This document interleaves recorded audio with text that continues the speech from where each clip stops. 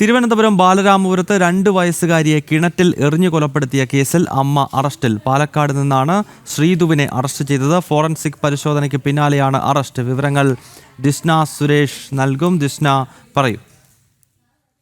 ഗൗതം, കേരളത്തിലെ മനസാക്ഷിയെ ഞെട്ടിച്ച ഒരു കേസ് തന്നെയായിരുന്നു ഈ തിരുവനന്തപുരം ബാലരാമപുരത്തെ 2 വയസ്സുകാരി ഈ കിണറ്റിൽ എറിഞ്ഞു കൊന്ന സംഭവം. ആ സംഭവത്തിലാണ് ഇപ്പോൾ മാതാവ് ശ്രീധുവിനെ അറസ്റ്റ് ചെയ്തിരിക്കുന്നത്. പാലക്കാട് നിന്നാണ് അറസ്റ്റ് ചെയ്തിരിക്കുന്നത്. നേരത്തെ കേസുമായി ബന്ധപ്പെട്ട വഞ്ചന കുറ്റം, ആ കേസ് ഈ മാതാവിന്റെ പേര് ചുമത്തപ്പെട്ടിരുന്നു. ഈ അമ്മാവൻ നൽകിയ മൊഴിയുടെ അടിസ്ഥാനത്തിലും അതോടൊപ്പം തന്നെ ഫോറൻസിക് പരിശോധനയുടെ അടിസ്ഥാനത്തിലുമാണ് ഇപ്പോൾ ഈ സംഭവവുമായി ബന്ധപ്പെട്ട് ശ്രീധുവിനെ അറസ്റ്റ് ചെയ്തിട്ടുള്ളത് എന്നാണ് നമുക്ക് മനസ്സിലാക്കാൻ സാധിക്കുന്നത്. ഈ കുറ്റപത്രത്തിൽ ഹരികുമാർ, അതോടൊപ്പം തന്നെ മാതാവ് ശ്രീധു എന്നിവരെ പ്രതി ചേർത്ത് കുറ്റപത്രം തയ്യാറാക്കിയിട്ടുണ്ട്.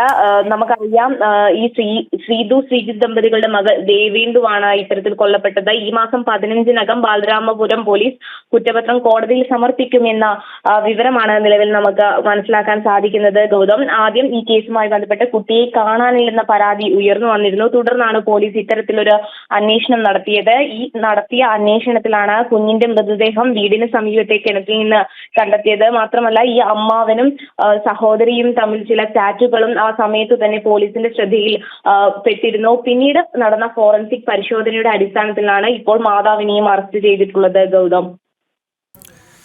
ഓക്കെ ജിസ്ന.